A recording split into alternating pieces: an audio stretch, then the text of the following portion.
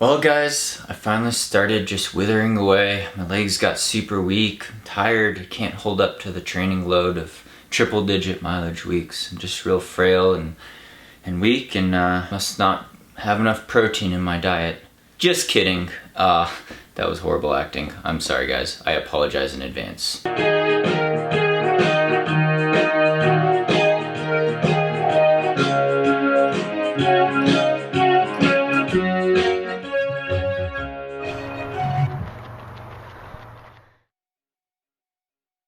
Sex, religion, diet, politics. Not supposed to talk about these things. I don't want to offend people. I am on a rant today. Time to crack open an Avery beer. Don't want to offend people, but it's one of those things, those taboo things, diet, nutrition, and it's very tied up in politics, it's tied up in religion, it's tied up in tradition, history. Think of your family tradition, think of maybe where your ancestors are from. Think of your own preconceived notions and self-bias that has been, permeating through your whole life. And, myself included. I admit I'm very biased on this topic. The topic today, in today's rant, is going to be protein. And again, I'm not an RD. I'm not a doctor, obviously. Take my advice with a grain of salt, pun intended, and, consult your doctor before trying anything new. Do not sue me. I'm not liable for your death or health problems or any issues you have. So this is my opinion. Got the disclaimer out of the way. So when we talk about diet, we're talking about protein specifically, and I'm going to try to keep this short, but there seems to be a misconception, I think, that you need a lot of protein. And people, as a vegetarian for basically my whole life, 30 years, born and raised ovo-lacto-vegetarian, now more plant-based vegan, if I had a $100 bill every time someone asked me, where do you get your protein from? I might be rich enough to buy a house in Boulder by now. You get that question all the time as a plant-based athlete, as a vegetarian, and it's something that, is real sensitive, and you see a lot of influence that we're going to get into of why kind of that is. And, if you think about it, in first world countries, like the US, for example, for people that are not in poverty, how many times have you ever heard someone say, oh yeah, I went to the doctor, got tested, got some lab work done, and I got the low protein, low P.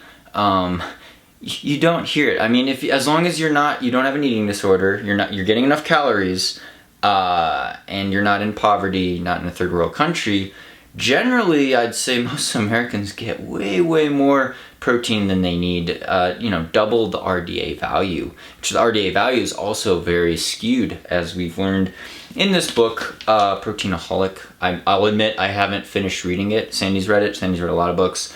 I'm digging into it. I'll probably have another protein talk after I'm done finishing it, but very good, very thought-provoking. And so what I see is this kind of myth of protein that you need to eat a lot of protein, protein's good for you.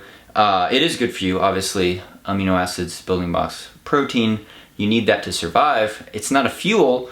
Fat and carbs are fuel. You need it to rebuild the tissue though. You need to rebuild muscle, RNA, all this stuff. But I think it's overrated. And, I've never been worried about my protein intake so much, especially going more plant-based vegan in the past year.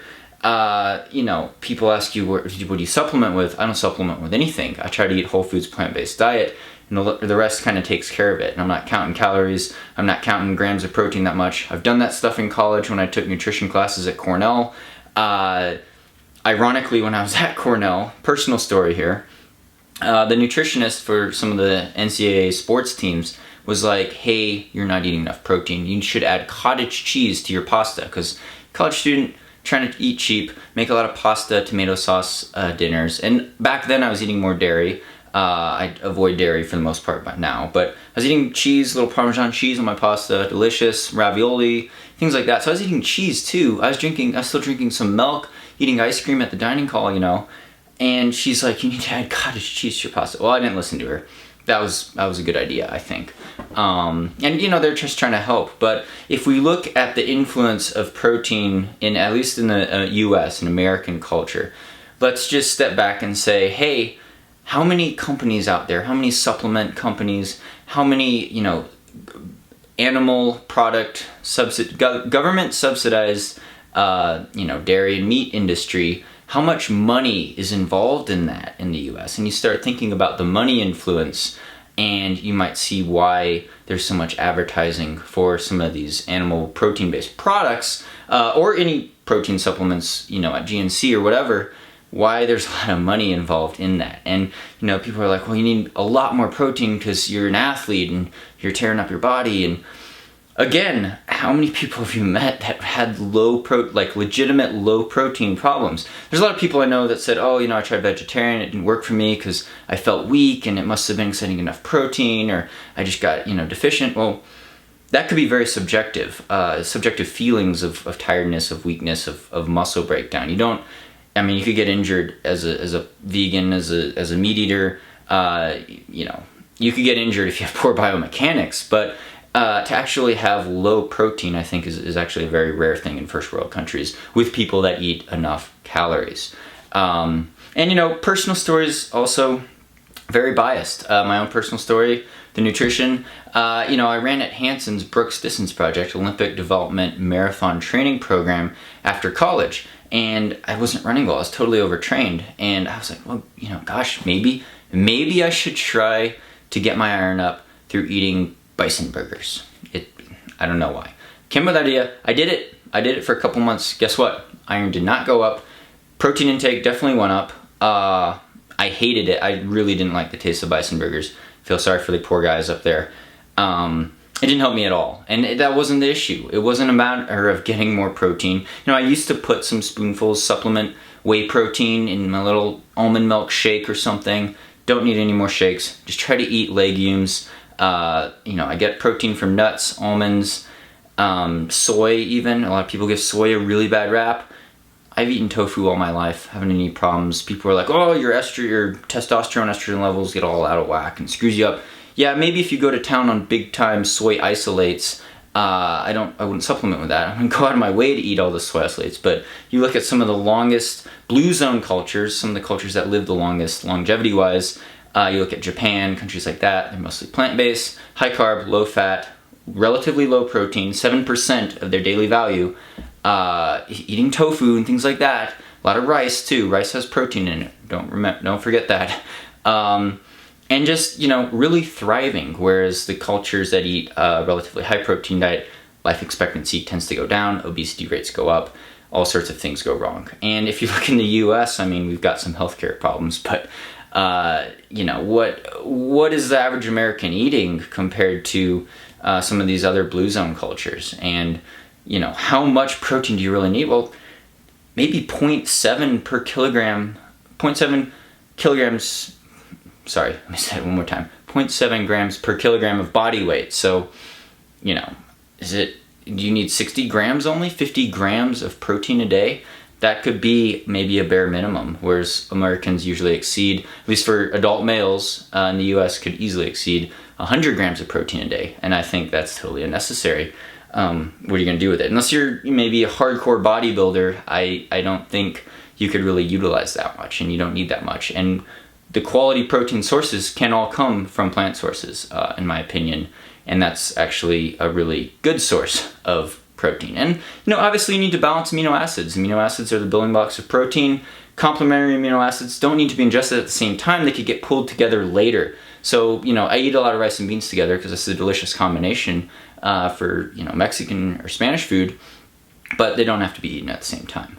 Your body could pool amino acids, and you could thrive. I was running 130 miles a week a couple weeks ago. Been knocking out 30-mile plus long runs, hard workouts, and I feel really good going into Western states. That being said, could still get injured, could still overtrain, but I think the plant-based proteins are doing more than their job. Not worried about protein intake. I think most Americans, at least in the upper middle class, and as well as most people in most first world countries who don't have eating disorders, probably get more than enough protein. Don't worry about it so much. See how the media influences how much protein intake you need. Realize that it's kind of overrated. Eat more plants, eat more fruit, carb up. Thanks so much for watching. Again, sorry for the rant. I'm trying to be objective with this. I'm obviously very biased, so feel free to comment below with your refuting comments if you disagree with this or you have some more personal stories. Again, I don't believe diet is a story of one. I believe diet is a story of many, actually. You know, people like to have these isolated stories, but there's going to be individual variation for sure with diet and between genders, between you know, different people. But in general, I think it's better to look at the bigger picture and to see what patterns work for blue zone cultures and things like that. So again, sorry to rant. Feel free to subscribe if you like these diet talks. If you hate these diet talks, you know, vote a thumbs down, complain about it, whatever. I'm gonna keep doing them probably, but there'll be more training talks and running related content on here, so stay tuned for that. Thanks so much for all the support on here. Really, really appreciate it, guys. Hope you're healthy, hope you're having fun out there running, and stay tuned for more VO2 Max Productions.